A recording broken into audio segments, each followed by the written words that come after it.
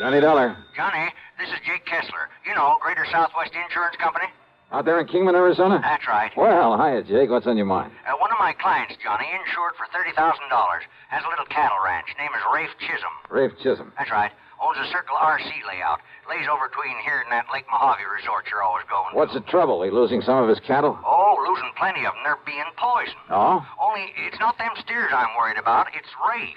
What do you mean? Oh, Johnny, I just found out that he just found out who's been contaminating them water troughs. Yeah, who, Jake? Well, he won't say, but listen. Yeah? If he really does, well, I know Rafe Chisholm pretty good, Johnny. He's a bad character. I wished I'd never sold him insurance. Yeah? Well, if he does know, well, Johnny, this whole thing is going to end up in a killing.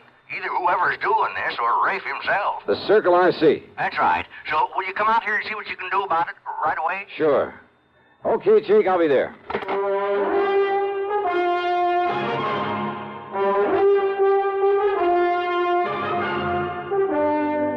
CBS Radio brings you Bob Bailey in the exciting adventures of the man with the action-packed expense account, America's fabulous freelance insurance investigator. Yours truly, Johnny Dollar.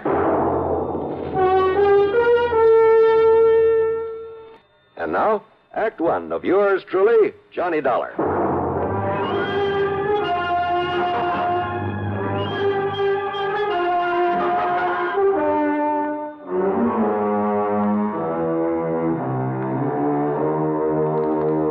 Expense account submitted by Special Investigator Johnny Dollar to the Greater Southwest Insurance Company, Kingman, Arizona office.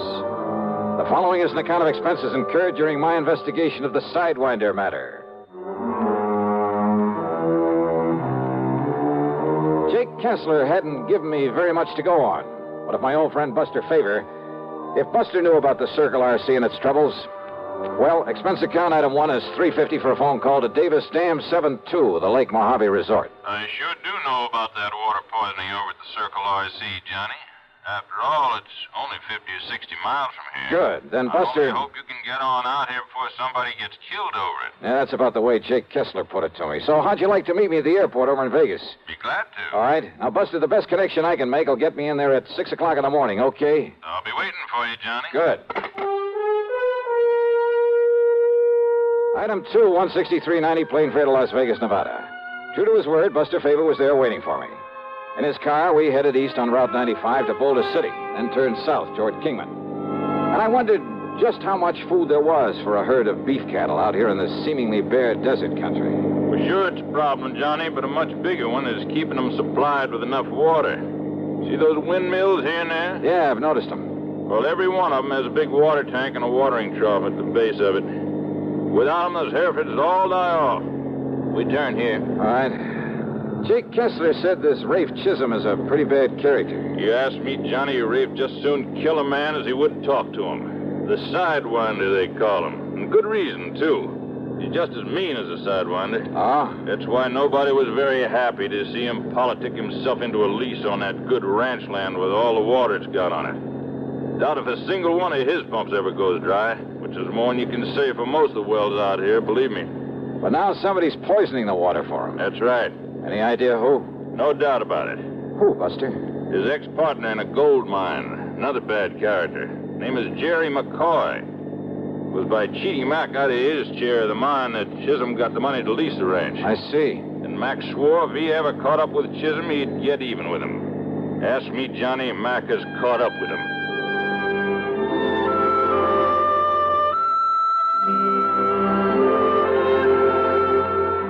As western cattle ranches go, it apparently wasn't a very large one. But Buster pointed out where the fence line extended nearly 2 miles back into the mountains at the east end of it. As we neared the ranch house, I could see what he'd meant about the water. There were more trees and green than I'd seen anywhere else in this desert country. The ranch house itself was a sprawling, unpainted affair, but there was a flower garden at the side that appeared to be doing quite well. A dozen or so chickens pecking away at the dirt. As we stopped, a woman came running out of the door, came over to meet us. Oh, it's you, Mr. Favor. Howdy, Miss Chisholm. I'd like you to meet Mr. Johnny Dollar. Howdy, Mr. Dollar. Hi. Listen, Johnny's now, a special investigator for your husband's insurance company. Oh, then you got to do something, Mr. Dollar. Do something about my husband, about Ray. Well, he's the one I came to see. Is he here? No, that's the reason you got to do something about him. You've got to stop him. From what? Oh, it was about an hour ago that my son come in from out on the range. My son, Wayne. Yeah? Wayne had been over along the east fence fixing to repair a broken post, but instead he come on back here and told his pa, told Ray. Told him what, Mrs. Chisholm? Jerry McCoy. Wayne had saw McCoy out there fooling around the trough at the windmill, fixing to poison it. He must have been. And it is McCoy. Oh, what did your husband do about it? Oh, he grabbed his pistol, that old .45, and that knapsack of his'n, and he rode out there after him. Rafe will kill him, Mr. Dollar. Oh, he'll get killed himself, Mr. Dollar. Yeah, knapsack, did you say? Oh, yes, sir, that knapsack. Oh, why do you say it that way? What's in it? I don't rightly know, Mr. Dollar. Last few days, ever since he heard that McCoy was in these parts, he wouldn't let anybody touch it. He's kept it hid away. Funny. Miss Chisholm, you think Wayne could show us where it was he saw Jerry McCoy? I don't know where he is. Wayne has gone out somewheres, too, and I'm so worried about him. Why do you say that, Mrs. Chisholm? With Rafe and the kind of temper he's in, anybody got in his way or tried to stop him? Rafe's a dangerous man, Mr. Dollar, and he's got that gun with him. What, his own son? You don't know that Rafe, mister. And we better find him quick. We'll have to track him, Johnny. Miss Chisholm, are there a couple of extra horses we can use? Oh, yes, help A yourself. lot better than a car out there in that mesquite and sage. Come on. And maybe we'll find Wayne for you, too. Oh, I hope so, Mr. Paver. I hope he's all right. Yes, sir. I hope so, too. But with that crazy man out there with a gun. Yeah, come on, Buster. It looks like we've got our work cut out for us.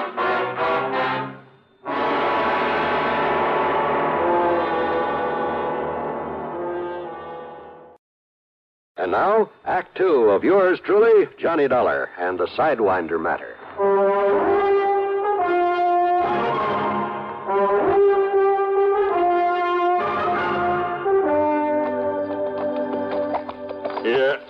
Yeah, Johnny, I was afraid of this. Afraid of what? Those tracks down there, those hoof prints. I still don't see how you spot them, Buster, among all the cattle tracks and the other hoof prints. They're real fresh, Johnny. And Rafe's mount turns out his left forefoot a little. See it there? Oh? The other tracks that follow his, that must be the boy's horse. If Wayne catches up with him or old Rafe sees he's being followed, you got a gun with you, haven't you? Yeah, right here. Good.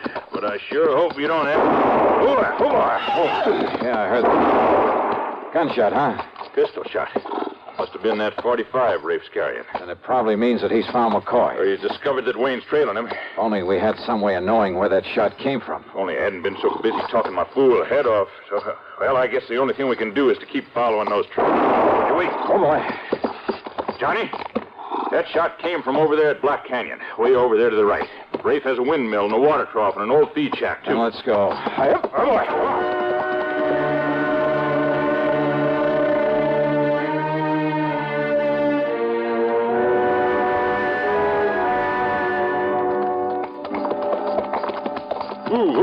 Oh, what's the matter? Look over there, the top of that mesa. Those big dust clouds building up? I knew this here was too still out here.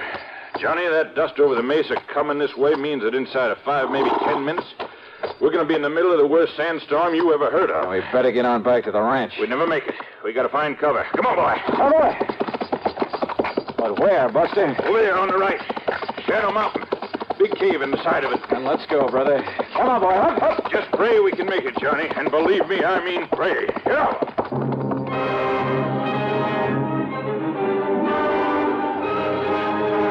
It was less than a mile to the cave in the side of Shadow Mountain. But by the time we'd covered half the distance, the sandstorm came roaring in on us. The hot, dry wind pounded and pummeled us at 50 or 60 miles an hour, hurling clouds of blinding, cutting sand ahead of it. How the horses were able to take this, I'll never know. Bent low in the saddle, our hats pulled down with handkerchiefs over our faces. We not only couldn't see, we could hardly breathe. As the storm got worse, we were forced to dismount, to cover the heads of the horses with our coats, to lead them on foot. But we kept on, and I prayed that Buster still knew where he was going. Buster, whom I could track only by hanging onto the tail of the horse that he was leading. Then, finally, the lee of Shadow Mountain. The life-saving protection afforded by the deep cave in the side of it. And there to keep us company were other fugitives from the sandstorm.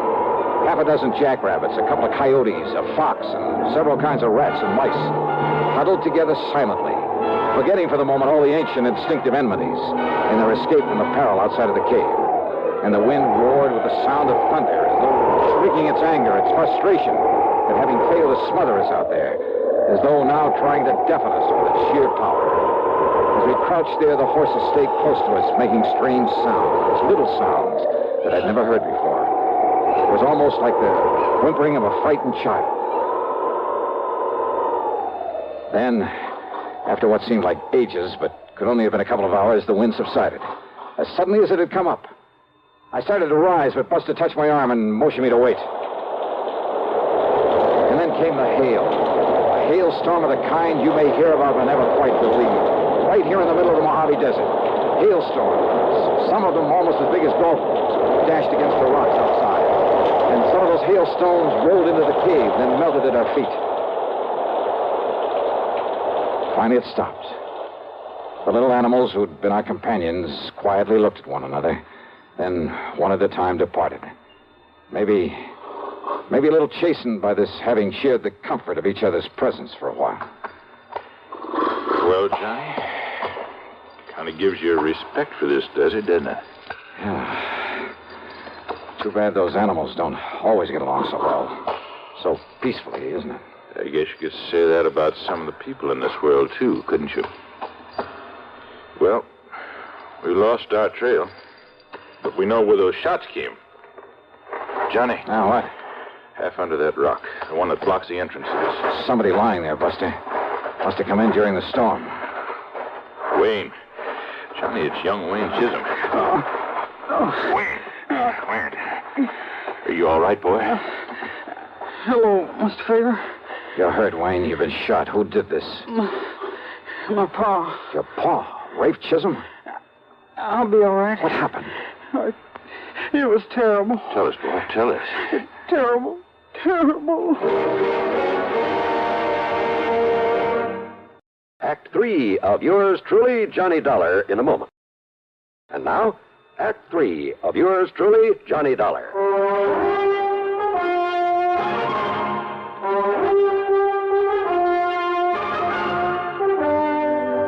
Wayne, boy, listen to me. You mean your own father shot you? Yes, sir. But it's all right. He only nicked me. What happened, Wayne? Well, I don't think he meant to hit me, Mr. Favor. Well? But when he saw that I'd followed him after he got there looking for Jerry McCoy... Did he find McCoy? Well, he told me to go back, and he cursed me, and he fired a couple of wild shots at me. The three we heard. But I don't think he meant to hit me. I wonder. Then I hid behind some deer brush, then worked my way down again so as I could see what he was doing.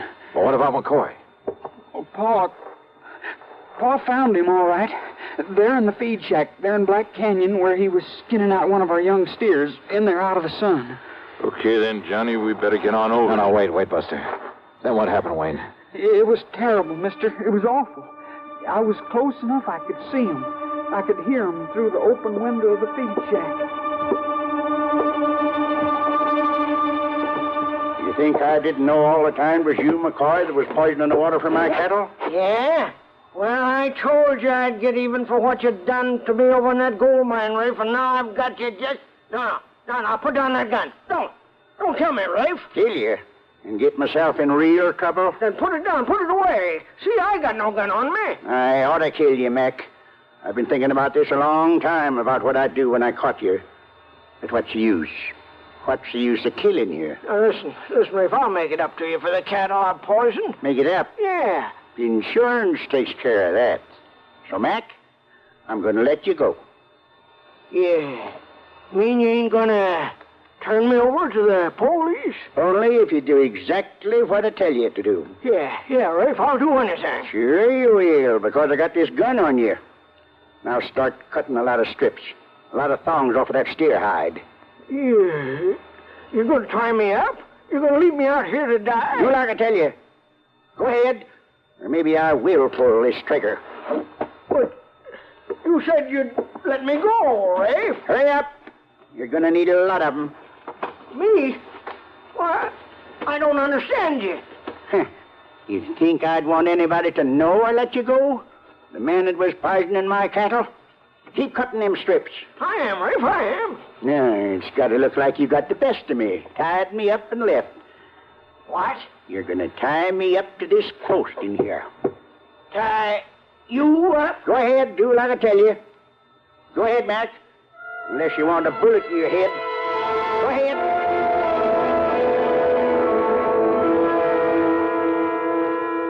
All right.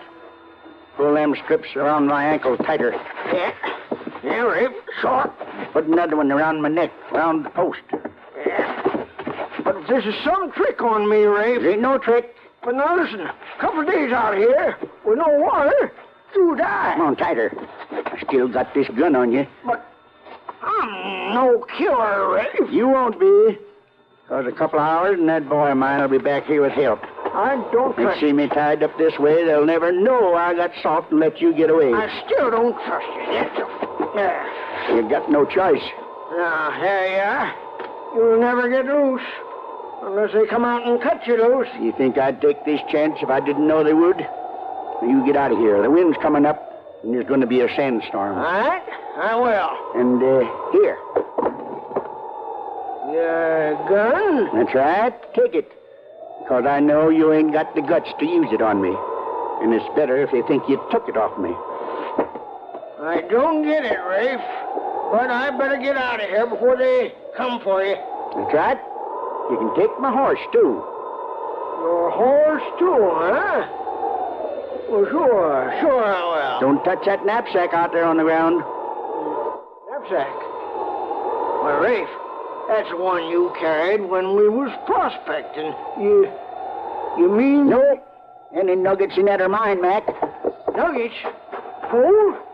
Ah, yeah, some of the gold you cheated me out of, huh? I'll see for myself. No. Mac, you open that knapsack and you'll be sorry. Eh? Will I? Well, you can't stop me. Tied up that way, you can't stop me. Now, because now, open it up. what's in here rightly belongs to me.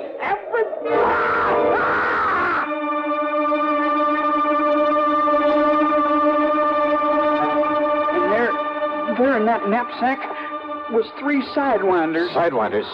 Rattlesnakes? Good Lord. McCoy, he didn't have a chance. Good Lord. There was enough poison in him. Yeah. And not knowing that you'd seen all this, but knowing you'll come back with help, that we'll find him tied up there. Yeah, Johnny. Rafe's made it look like he has a perfect alibi. Not that McCoy didn't deserve to die, poisoning cattle. It's still murder, Buster. Wayne, do you think you can make it to the ranch? Yes, sir. Then come on, Buster. We'll go on to Black Canyon. We'll pick up our killer. Okay, Johnny. Ironic, isn't it? Yeah. All trussed up and waiting for us. By his own doing.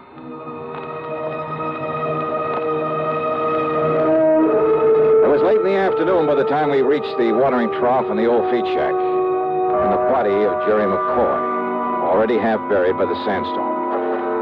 And I wondered what sort of punishment could possibly be enough for the man who'd done this to him. Yeah, I wondered until we found Rafe Chisholm tied to that post. Wait a minute. Johnny. We're too late. I know. Rawhide. Green steer hide. As it dried out, it shrank tighter and tighter around his body. Around his neck until Yeah.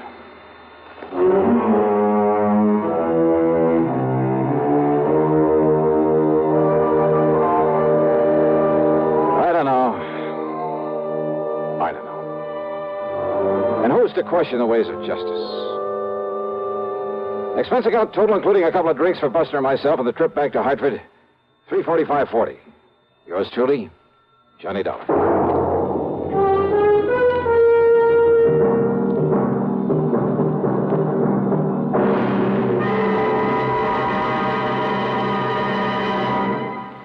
And now, here's our star to tell you about next week's program. Next week, Long Beach, California, looking for the tidy sum of $75,000. Join us, won't you? Yours truly, Johnny Dollar.